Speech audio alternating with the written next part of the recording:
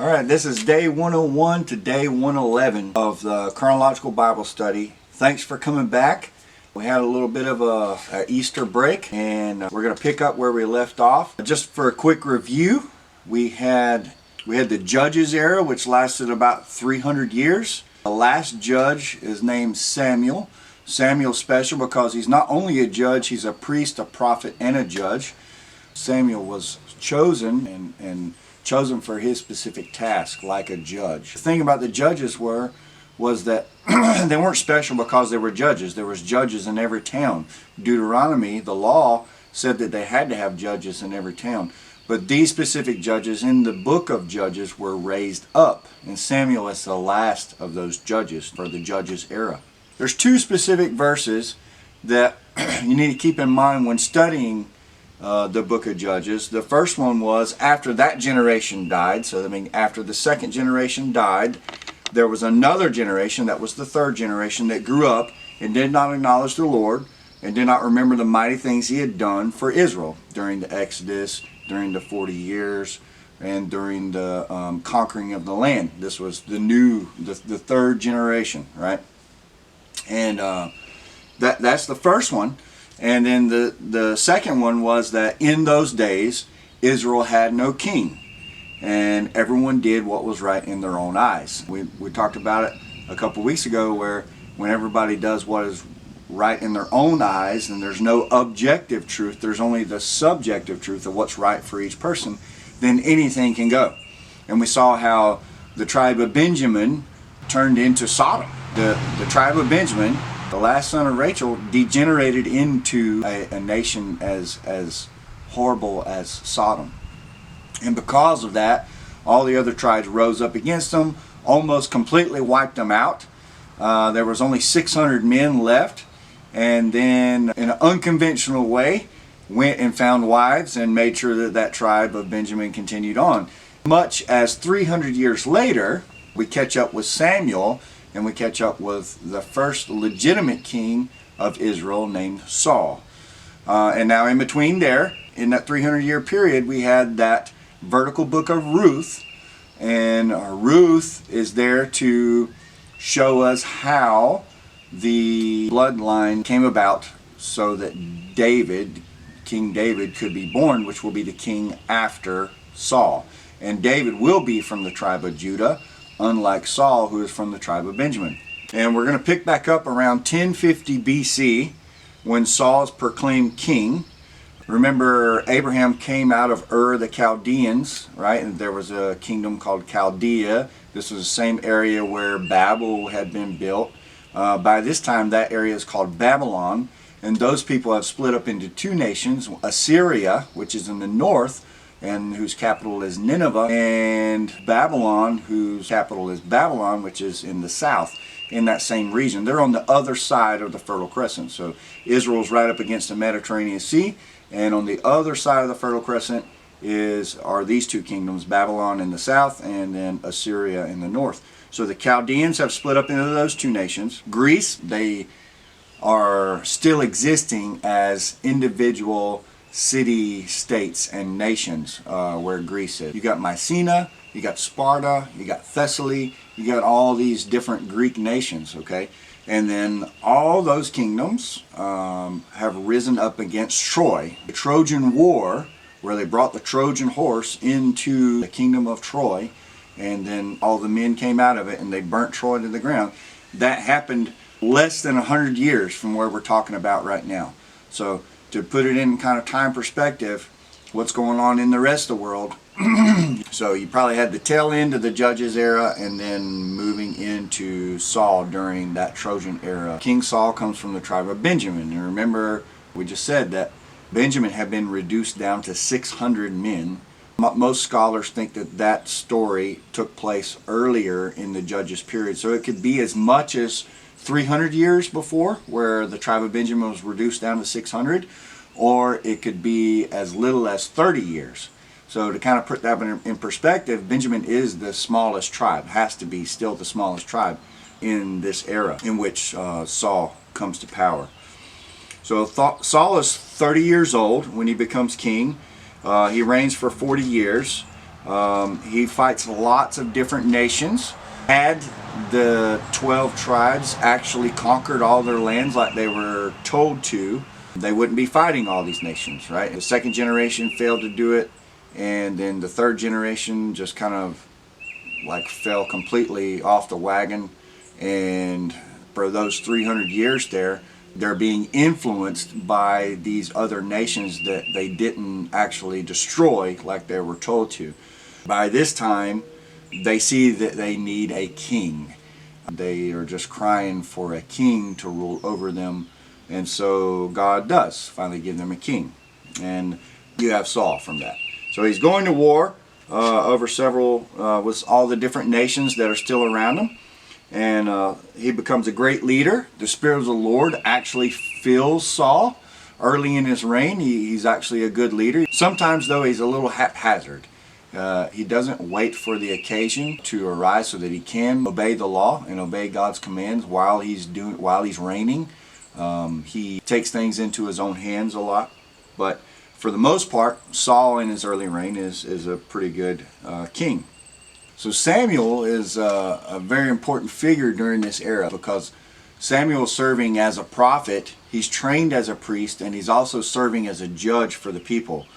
He is not serving as the high priest, though. Last week we talked about how the high priesthood, had switched over from the descendants of Eleazar, the son of Aaron, over to the sons of Ithamar, also the son of Aaron, and that took place during the Judges era. We don't know exactly how that happened. But we have serving as the high priest to Saul, we have Ahijah. Ahijah is actually the one that's wearing the ephod, but because of the position that Samuel is in and the authority that he has as a prophet, a priest, and a judge, he often is the one that calls the shots and kind of tells the king wherefore, instead of the high priest doing that, such as Aaron and Eleazar may have done in the past. This is 1 Samuel 13, starting at verse 7. Meanwhile, Saul stayed at Gilgal, and his men were trembling with fear. So this is one of those battles where Saul is fighting all these people that should have already been defeated. Saul waited there 7 days for Samuel, and Samuel hadn't instructed him earlier. Samuel still didn't come. And this is why he's waiting on Samuel. Because remember, back in Deuteronomy 20, when they were given directions of how they were to fight wars, the priest was supposed to come forward and speak to the troops. So Samuel can't, by the law, Saul can't start this battle until Samuel arrives and speaks to the troops and offers a sacrifice and all these things. So he's been waiting there for 7 days, and Samuel still hasn't shown up. Saul realized that his troops were rapidly slipping away, so he demanded, "Bring me the burnt offering and the peace offerings." And Saul sacrificed the burnt offering himself. So this is something that Saul's not supposed to do. The priest is supposed to do it by their law. Just as Saul was finishing with the burnt offering, Samuel arrived. Saul went out to meet and welcome him, but Samuel said, "What is this you have done?" So Samuel recognizes automatically, what did you do? Saul replied, "I saw my men scattering from me, and you didn't arrive when you said you would, and the Philistines are at Michmash ready for battle. So I said, the Philistines are ready to march against us at Gilgal, and I haven't even asked the Lord's help. So I felt compelled to offer the burnt offering myself before you came." So here we are.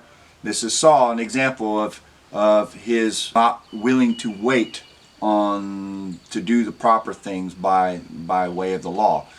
He's thinking with his own head, his own rationalization, and we know from already in our studies when we do that, it never ends up good. Verse 13 says, "How foolish," Samuel exclaimed. "You have not kept the command the Lord your God gave you. Had you kept it, the Lord would have established your kingdom over Israel forever. But now your kingdom must end, for the Lord has sought out a man after his own heart. The Lord has already appointed him to be the leader of his people, because you have not kept the Lord's commands."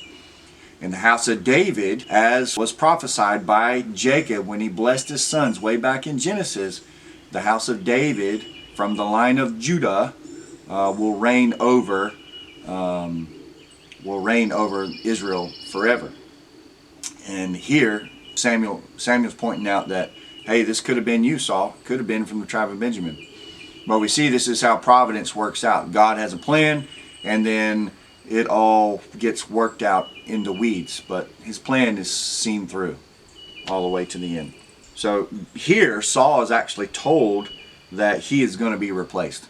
And so this is where you'll see that Saul, he takes on kind of a paranoid tone after this, because Samuel tells him straight up, you're going to be replaced. The Lord is going to remove your house from rule, and he's going to replace you with somebody that's after his own heart. It's to be noted, though, that Saul's son Jonathan also becomes a great leader, and he's much loved by the people for his valor. Jonathan would have been the next in line to be king, and he would have been a great king, probably better than his father would have been. During this time, the Amalekites, our good old friends, the Amalekites, come back on the scene. And if you remember, Amalek was the grandson of Esau, okay, and you had the two brothers, Jacob and Esau. Jacob was the supplanter who was renamed Israel, okay, and then all of these descendants come from Israel. They come from Jacob, and his brother's name was Esau. He was the hunter, the one with red hair, who gave up his birthright for a bowl of soup. These are descendants of Esau, right, Amalek, and he was the grandson of that red-headed, the brother of Jacob. So they have the same ancestor as the Edomites, because the descendants of Esau are called the Edomites, but they're people that are set apart because they're from a different clan. The Amalek are from Amalek is a specific clan of the descendants of Esau. They have their own culture and their own language. Amalekites were the first people to attack the Israelites in the desert of Rephidim when they left Egypt. Joshua's first battle was fought against the Amalekites. So even before Joshua became the leader of the Israelites and took Moses' place, this 40 years before that, right as they came out of Egypt, the Amalekites attacked them, and Joshua had defeated them. Then in Exodus 17:14, the Lord said unto Moses, write this for a memorial in a book, and rehearse it in the ears of Joshua, for I will utterly put out the remembrance of Amalek from under heaven. So God is determined way back in Exodus 17 that the Amalekites are going to be completely wiped out. And then again in Deuteronomy 25:19, it says, therefore it will be, when Yahweh your God has given you rest from all your surrounding enemies in the land which Yahweh your God gives you as an inheritance to possess, you shall blot out the memory of Amalek from under heaven. You must not forget. So God has told them through the law, hey, these people have to be wiped out. And then Joshua defeats them in chapter 11 and 12 of his account, but they're not completely wiped out. And the Amalekites are the ones that helped the Midianites take over Israel for 7 years, in which Gideon, as a judge, is risen up to fight off the Amalekites and the Midianites.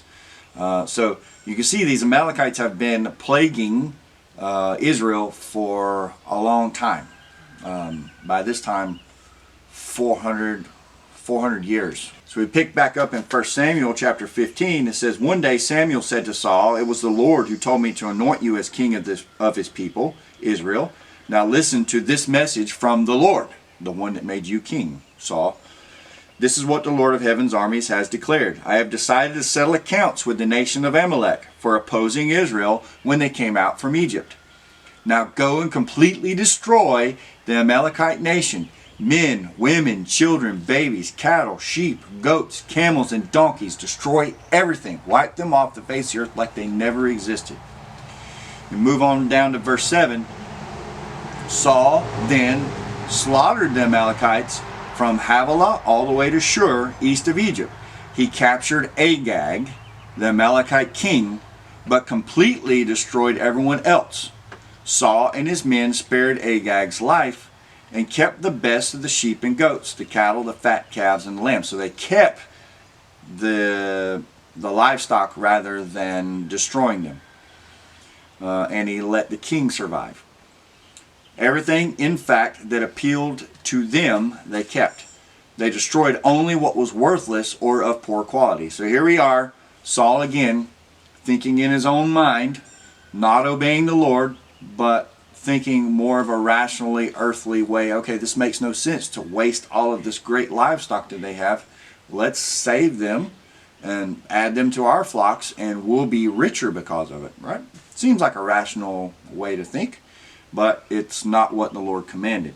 Down in verse 12 of chapter 15, it says, early the next morning Samuel went to find Saul. Someone told him Saul went to the town of Carmel to set up a monument to himself. Then he went on to Gilgal. So we see this great King Saul starting to deteriorate. He's making a monument to himself now. When Samuel finally found him, Saul greeted him cheerfully. May the Lord bless you, he said. I've carried out the Lord's command. So Saul's feeling pretty happy about himself and happy about his actions. And then Samuel says in verse 14, then what is all the bleating of sheep and goats and lowing of cattle I hear? Now remember, Samuel, as the prophet, relayed the message to Saul, and Samuel knew very well what the message was, that they were supposed to destroy everything. And then Samuel here is calling out the king, saying, well, what's all this lowing of cattle and bleating of sheep that I hear? Verse 15, it's true that the army spared the best of the sheep, goats, and cattle, Saul admitted, but they are going to sacrifice them to the Lord your God. We have destroyed everything else. Then Samuel said to Saul, stop. Listen to what the Lord told me last night. And Samuel told him, although you may think little of yourself, you are not the leader of the tribes of Israel. The Lord has anointed you king of Israel, and the Lord sent you on a mission and told you, go and completely destroy the sinners, the Amalekites, until they are all dead. Why haven't you obeyed the Lord? Why did you rush for the plunder and do what was evil in the Lord's sight? And then Saul says, but I did obey the Lord. Saul insisted. I carried out the mission he gave me. I brought back King Agag, but I destroyed everyone else. Then my troops brought in the best of the sheep, goats, cattle, and plunder to sacrifice the Lord your God in Gilgal. So Saul's trying to play it off. Here he's like, I did obey. Maybe I just misunderstood. I did obey, right? And then Samuel replies in verse 22, what is more pleasing to the Lord, your burnt offerings and sacrifices, or your obedience to his voice? And that's a lesson for us to learn today. A lot of people think that they're going to get to heaven by doing things. Doing works, in this case making sacrifices, is not how we're reconciled to the Lord. We're reconciled through our faith and our obedience. And that's what Samuel's pointing out here, is that it doesn't matter how many sacrifices you make. If you disobey, you're negating all of these offerings to the Lord anyway. So he's pointing out to him what's more important. He says, listen, obedience is better than sacrifice, and submission is better than offering the fat of rams. Rebellion is as sinful as witchcraft, and stubbornness as bad as worshiping idols. So because you have rejected the command of the Lord, he has rejected you as king. Boom. Bomb is dropped. Right? So now Saul is going to degenerate even further. He's gone from expecting someone to be replacing him to knowing that he's going to be replaced. He's been rejected as king by the Lord. And then verse 24, chapter 15, Saul admitted to Samuel, yes, I have sinned. I have disobeyed your instructions and the Lord's command, for I was afraid of the people and did what they demanded. So he quits making excuses and he finally owns up to it. But now, please forgive my sin and come back with me so that I may worship the Lord. But Samuel replied, I will not go back with you, since you have rejected the Lord's command. He has rejected you as king of Israel. So Samuel's still giving it to him, giving him the what for. And Samuel turned to go. Saul tried to hold him back and tore the hem of his robe. And Samuel said to him, the Lord has torn the kingdom of Israel from you today and has given it to someone else, one who is better than you. And he who is the glory of Israel will not lie, nor will he change his mind, for he is not human that he should change his mind, speaking of God. Then Saul pleaded again, I know I have sinned, but please at least honor me before the elders of my people and before Israel by coming back with me, so that I may worship the Lord your God. So Samuel finally agreed and went back with him, and Saul worshiped the Lord. You can see that Saul is more worried about his appearance to the other people, the elders of Israel, and his celebration of this great victory over the Amalekites, than he is worried about the way the Lord views him. He's just been told that he's going to have the kingdom stripped from him, and he's more focused on how he's going to go back to Israel and appear before the elders. Samuel said, "Bring King Agag to me." This is chapter 15, verse 32. Agag arrived full of hope. This is the king of the Amalekites.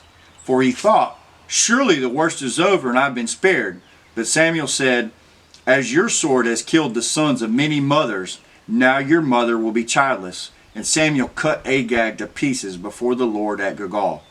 Then Samuel went home to Ramah, and Saul returned to his house at Gibeah of Saul. Samuel never went to meet with Saul again, but he mourned constantly for him.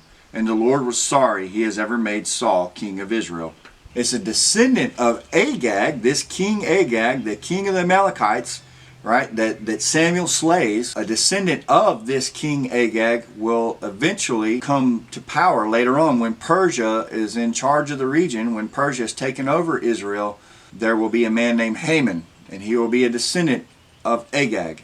He's a descendant of the Amalekites. And Haman will attempt to destroy all of the Israelites in Persia. So he's kind of like the first Hitler. He tries to wipe out all of them, wipe them off the face of the map. Remember, Samuel had warned the Israelites about this king. He had told them, hey, he's going to take your children, he's going to be conscripted in the army, he's going to collect taxes and all these things. But here he is. He obeyed the Lord. The Lord selected a king. Samuel was the catalyst of that. And then he's mourning Saul because he knows where they're at. He knows that they're not going to go back to being a theocracy. They're not going to go back to being the way that they were designed to be set up by the Lord. Now they're going to continue to have this king. Where we pick up with 1 Samuel chapter 16, we find David. And David, he's the youngest son of Jesse, and he's the youngest brother of many brothers. He's the great grandson of Ruth and Boaz. So last week we talked about this love story between Ruth and Boaz, and Ruth left her people. You may have thought to yourself last week, wait, Ruth is a Moabitess. How is she intermarrying? How is she marrying Boaz? Because Boaz is not allowed to marry a Moabite. It's because Ruth gave up her culture, gave up her gods, gave up all of her connection to Moab, and essentially became an Israelite by culture, by belief, by familial lines. Naomi adopted her because Ruth was Naomi's daughter-in-law. And remember, we talked about last week how, we've moved away from that in this modern time that we're living, but we used to, when you married into a family, you became part of that family. Your mother-in-law was your mother, and your daughter-in-law was your daughter, and you treated them as such. So you can see how Ruth's actions to leave her people and marry Boaz has now led to this. You had Obed, then Jesse, and now David. And David will be chosen as the next king. And he's actually anointed by Samuel in 1 Samuel chapter 16. Meanwhile, the Spirit of the Lord left Saul, and a demon is allowed to torment him. Okay? This demon torments him at first with depression and fear. Now remember that Saul was already told that he was going to be replaced a couple of times. Saul didn't change his actions. He would repent for a short amount of time, and then he would continue to think on his own and do what was logical in an earthly kind of way, blatantly disobeying the Lord. And he suffered the repercussions of that. Now, the Spirit of the Lord, which lifted Saul up, which would fill him on these occasions where he would gain wisdom or gain strength and go and fight this battle, that Spirit of the Lord has left him. And now a demon has been allowed to torment him. Okay, so all Saul's advisors, they get together and they're like, you know what, we should really hire a musician to come in and play music for you during these times that you're having these fits where you're being tormented, and maybe that'll soothe you. Let's try that. So they hire a young harp player, a young musician named David, who also has already been anointed as king. But during this time, Saul is still the king over Israel, and David, it's not in David's character to overthrow Saul. It's not in his character to disobey the Lord at all. So David, having this realization that he's been anointed, and Jesse, his father, having this realization they've been anointed, they're waiting on the Lord to take action to install David. They're not going to forcefully impose it. Now that's something that Saul would have done. And we'll see how later there's other kings that fight over the throne. And that's not David's character at all. So David's sitting back. He's still a young man. He gets hired as a harp player. He comes and plays the harp for King Saul. And when he does play the harp for King Saul, the demon torments him less, and he does get some peace. So we see how this interaction between David and Saul progresses. Now we have the Philistines that come back on the scene. The Philistines have been tormenting the Israelites because they didn't completely wipe them out. They've been coming and invading. There's been several wars fought. And then and back in Joshua 11:21, although Joshua had almost wiped out all of the giants that were in the land of Judah there, the land of Benjamin, some still remained. And they moved over into Gaza, Gath, and Ashdod. Well, there happens to be a giant that torments the people. He's fighting for the Philistines, and he's tormenting the Israelites, and he torments them for 40 days. And he comes from the town of Gath, where the giants had fled to, where they've been for the last 300 years, 400 years. This is one of those giants. His name is Goliath. This giant named Goliath says in chapter 17 of 1 Samuel, verse 4, it says, he was a Philistine champion from Gath. Now, back during these days, sometimes they would have two champions, one from each side. They would fight each other, and then whoever won would determine who won that battle, rather than sacrificing hundreds, thousands of men. Okay, so Philistine Goliath is he's a champion, so he's a Philistine champion. He's one of these people that are selected to do this. It says he was over 9 feet tall. He had a bronze helmet, bronze coat, a coat of mail that weighed 125 pounds. So his armor, his coat that was on, weighed 125 pounds. You ever picked up one of those chainmail garments? They are pretty heavy, but his weighed 125 pounds, probably because it was so big to cover his torso. He also wore bronze leg armor, carried a bronze javelin on his shoulder. The shaft of his spear was as heavy and thick as a weaver's beam, tipped with an iron spearhead that weighed 15 pounds. So we're not talking about just a tall, skinny guy here. We're talking about a giant, very strong man. He stood across and taunted the Israelites. He says, "Why are you all coming out to fight?" he called. "I am the Philistine champion, but you are only the servants of Saul. Choose one man to come down here and fight me. If he kills me, then we will be your slaves. But if I kill him, you will be our slaves. I defy the armies of Israel today. Send a man who will fight me." When Saul and the Israelites heard this, they were terrified and deeply shaken. So King Saul, even though, obviously by this point, Saul is probably fearful because he knows that the Lord is no longer with him as far as in support. So I'm sure he is probably pretty scared. And he knows this kid David, who comes and plays the harp for him. David at this time, he's out tending sheep.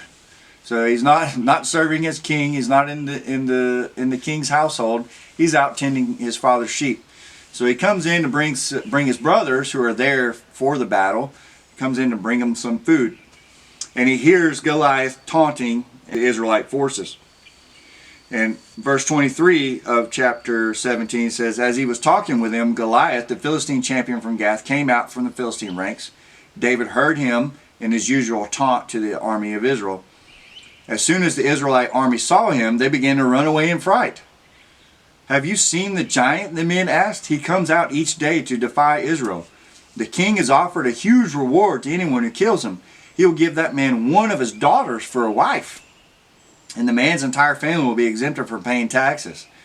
David asked the soldier standing nearby, 'What will the man get for killing this Philistine and ending his defiance of Israel? Who is this pagan Philistine anyway, that he is allowed to defy the armies of the living God?' And these men gave David the same reply. They said, 'Yes, that is the reward for killing him. But when David's oldest brother, Eliab, heard David talking to the men, he was angry. "What are you doing here anyway?" he demanded. "What about those few sheep you were supposed to be taking care of? I know about your pride and deceit. You just want to see the battle." You see, his brothers are now a little jealous of David too, because he's this anointed one. Samuel had anointed him. And David says, "What have I done now? I've only asking a question." He walked over to some others and asked them the same thing and received the same answer. Then David's question was reported to King Saul, and the king sent for him. So he knows David. David plays the harp for him, so he sends for David, right? Possibly to even play the harp for him. David tells Saul, "Don't worry about this Philistine. I'll go fight him." "Don't be ridiculous," Saul replied. "You're the harp player, the shepherd boy." And he doesn't know, Saul doesn't know that David has been anointed, right? He doesn't know that David is his replacement. So at this time his guard is down. "There's no way you can fight this Philistine and possibly win. You're only a boy, and he's been a man of war since his youth." But David persisted. "I've been taking care of my father's sheep and goats," he said. "When a lion or a bear comes to steal a lamb from the flock, I go after it with a club and rescue the lamb from its mouth. If the animal turns on me, I catch it by the jaw and club it to death. I have done this to both lions and bears, and I'll do it to this pagan Philistine too, for he has defied the armies of the living God." So you see, David is just exacerbated by the audacity of Goliath and his statements, and he looks at Goliath like he's any lion or bear that he's already slain while defending his sheep. And there's a good allegory here that David, this is kind of where David becomes the defender of Israel in this moment here. So Saul tried to give him his armor. The armor was too heavy, and David decides that he doesn't want to carry the armor. He is very proficient with a sling, right? And this was a weapon that was used. Usually it was used by a huge formation, and they would all sling their stones. So imagine if you had, like, I don't know, 600 guys slinging stones, and these stones were raining down on you. It would do some damage, right? But this is one guy with a sling, and this is probably a tactic he used to ward off bears and lions and stuff as they tried to attack the flocks.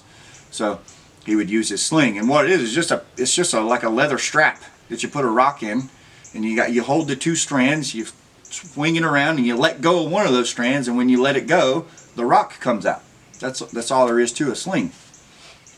And so he chooses 5 smooth stones from the river, and he runs toward Goliath. And then Goliath kind of has a chuckle, and then they have this conflict. It says in verse 48 of chapter 17, "As Goliath moved closer to the attack, David quickly ran out to meet him. Reaching into a shepherd's bag, taking out a stone, he hurled it with his sling and hit the Philistine in the forehead. The stone sank in, and Goliath stumbled and fell face down on the ground." Now this is an act of God, obviously. Like, you got a faithful young man who is fighting a battle-hardened giant, and the stone don't only hit him in the head by chance and knock him out, it actually sinks into his skull. So you see that God is with David here. Then David ran over, pulled Goliath's sword from his sheath, and David used it to kill him and cut off his head.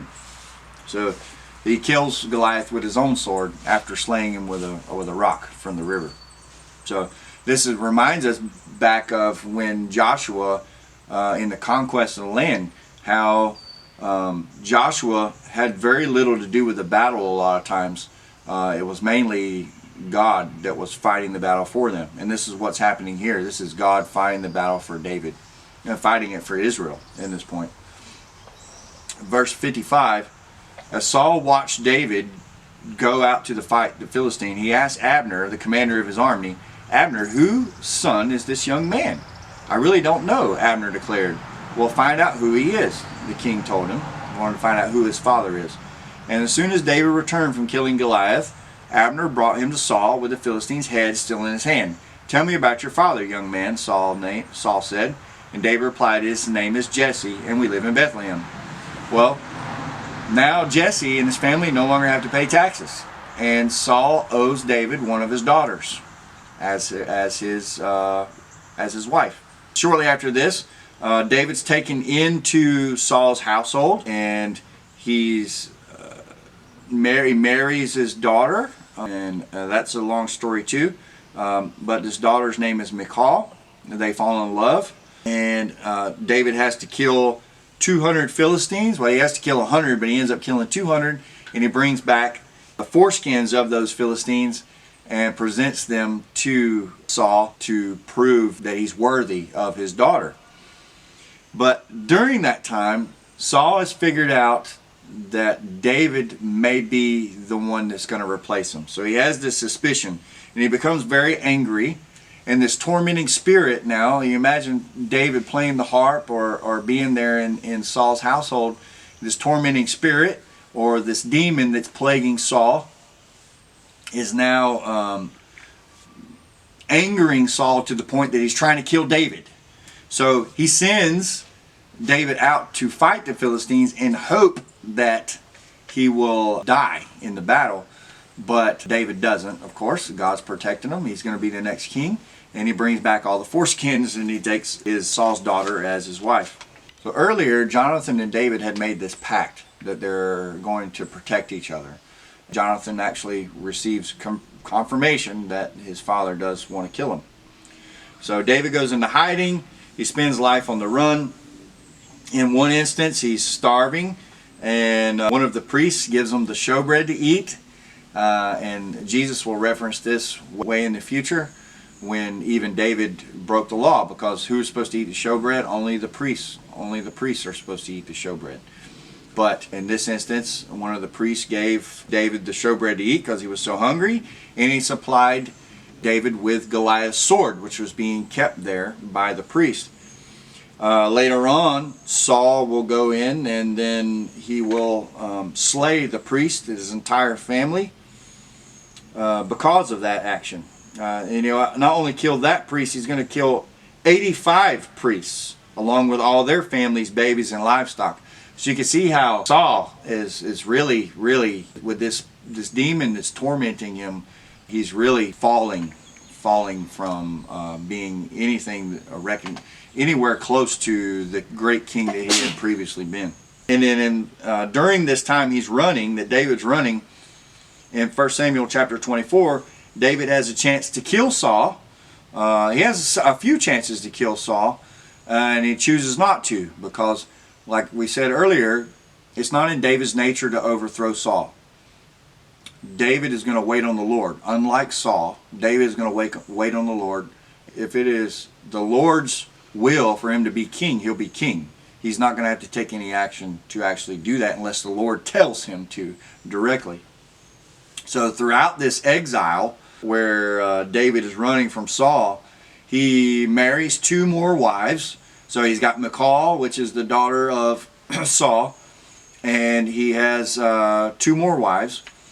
And Saul's daughter, Michal, is actually given to another. Saul gives David's wife to another man. David ends up living among the Philistines, and he builds up a vast personal army filled with men of renown, men of mighty valor that are great warriors, okay? And they all come to David, and this whole time he's living amongst the Philistines, the king of Philistia thinks that David is actually helping the Philistine king conquer Israel, and in fact he's just going and raiding parties, raiding people that would probably help Philistia. The Philistine king Achish very much trusts David by this point, and he respects David and his valor and his leadership that he has with his men. And if we compare, what we can learn from this story is when we compare Saul's character to David's character, you see that Saul is plagued by demons, David is God-fearing. You know how they both arrived to that. We just talked about how they both arrived to those statuses, to those states. Saul's jealous, he's fearful of being overthrown, and David, he's not power-seeking. He's just waiting on the Lord to to do what he says he's going to do. Saul keeps potential enemies close so that he can kill them if he needs to. And then David just draws the greatest warriors to himself. He doesn't keep weak people around him. He keeps strong people around him. He's not threatened by the strength of other people, of these other men that are coming around him. Saul feels remorse for trying to kill David. And then again, he goes into his paranoid delusion and then tries to kill David again. Meanwhile, David has the chance to kill Saul and doesn't take it because Saul is the Lord's anointed king, and David sees it as wrong to do that. Saul consults with witches and mediums, and then David writes psalms in praise to the Lord. So if you contrast the two, at this point, Saul is you would pretty much say he's an evil king by this point. And David is going to be a much more godly king, as was told by Samuel to Saul. So this whole period where David is running from Saul and Saul's trying to capture David, it takes place for about 30 years. When you read it in the Bible, it seems like, okay, you can kind of think of it, it happened just over a few years, maybe like 10 at the most.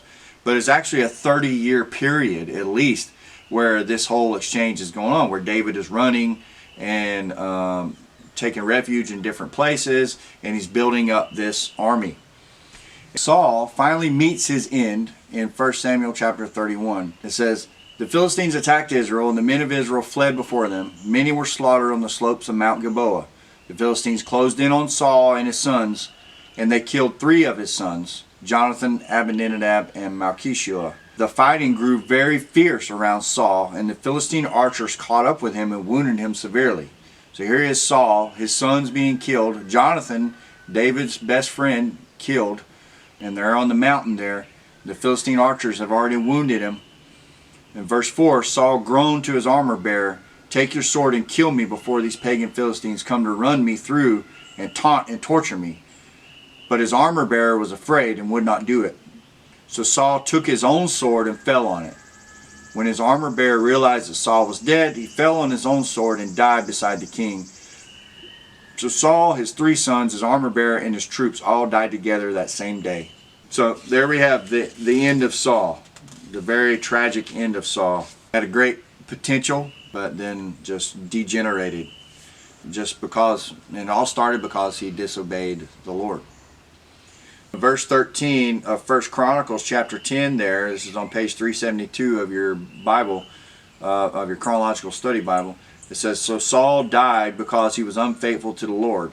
He failed to obey the Lord's command, and he even consulted a medium, or consulted a witch, instead of asking the Lord for guidance. So the Lord killed him and turned the kingdom over to David, son of Jesse." Then we have some descendants of Saul that come on the scene, Mephibosheth. And Mephibosheth takes Saul's general Abner as his own, and David actually has a general named Joab, and Joab is somebody to keep your eye on. Joab is he's good at what he does, but he doesn't always do it in the best way. So always keep your eye on him as you're continuing in your reading. So in 2 Samuel chapter 23, there's a lot of these named men. Now remember why they built the Tower of Babel. It says in Genesis why they built the Tower of Babel was so that their name would be remembered, to make a name for themselves. And so God opposed that and scattered them all over, right? So that all comes from the premise that God opposes the proud. He opposes people like Saul who are trying to make a name for themselves rather than just obey God. And so to be named during this time, remember God tells Abraham that I will make a name for you. In contrast to the people of Babel that were trying to make a name for themselves, he punished them. Abraham wasn't trying to make a name for himself. So he told Abraham, I will make a name for you. So that's a significant thing, to be a known person. And then remember in Genesis 6 where it talks about the Nephilim, they were men of renown. They were known men. It's something special to be a known person. Okay, and then these men that are listed here in 2 Samuel 23, they're named men. So this is significant. These aren't just like any other warrior in the nation of Israel. These are named warriors. So these are men who are have done great things, like slay giants and kill like 300 men with one spear or whatever. You're not going to recognize probably any of their names until you get down to verse 39 of 2 Samuel 23. The last one is Uriah the Hittite. Later on, David is going to follow kind of a similar path as Saul. Not as bad, but he's going to follow a similar path. And he's not going to degenerate into total madness like Saul does. But David will fall into temptation, and he will be punished for that. And that temptation will be with a woman named Bathsheba. And Bathsheba's husband is named Uriah the Hittite. And you'll notice here that one of David's 37 mighty men that's named here in 2 Samuel 23 is named Uriah the Hittite. So when you get to that point, when you're reading about how David sends Uriah the Hittite to the front line to fight, so in hopes that he'll be killed so that he can have Bathsheba, which is Uriah's wife, as his own wife, know that this isn't just a common soldier. This Uriah the Hittite isn't just a common soldier. This is a great, mighty a warrior who is a known and named warrior. So he's a great warrior, a man of renown. So put that into context. Also, Uriah is one of the men that's been with David throughout this 30-year period. Not sure where he came into the mix there, but through this whole 30-year period where he was running from Saul, and now through this conflict with the descendants of Saul. So now you can see that Uriah isn't just a common soldier that David doesn't really know. He's one of David's inner circle of mighty men that are around him, and that just helps us understand the betrayal that David inflicts to get Bathsheba, because he isn't only just killing off one of his soldiers that he doesn't know. This is one of his closest allies, one of his closest soldiers that are closest to him, and also a great man that is known, a great warrior. Just keep that in perspective as you read this week. You'll see how David falls in love with Bathsheba. Out of this union, David and Bathsheba are punished for what they did. But out of that union will eventually come Solomon, which will be the next king after David. And a lot of people think that he was probably the greatest king of Israel as the world sees kings. So keep an eye out for that this week as you come up. So what are we supposed to learn about Saul and David? What can we learn from them? We can learn how to lead properly, right? We want to be humble leaders, not bosses. We want to be humble leaders like David instead of tyrannical leaders like Saul. We can learn how to conduct ourselves with God, right? We wait on God. We don't try to jump ahead of Him. We can learn about patience and loyalty, fear and retribution, and we can see how their choices affected the outcomes of their lives. And we'll see that with David's life this week on our next week's reading in the next video. We should try to be leaders like God is. God is a benevolent king. He's wise, he's benevolent, and he waits, and he's patient, and he's long-suffering. And we should be the same kind of leaders for our families. Whether you want to acknowledge it or not, if you're a man and you're in a family and you have a family, you are the leader of that family. You're not responsible just for your own actions. You're responsible for your household. So you have to lead them properly. David gives us a good example here of how to do that. Now he's not perfect, and we'll see that this week. But overall, you'll see that David will live an honorable life, and nobody's perfect. So you're not perfect. I'm not perfect. David's not perfect. There's only one perfect man that's ever lived on earth, and that's Jesus.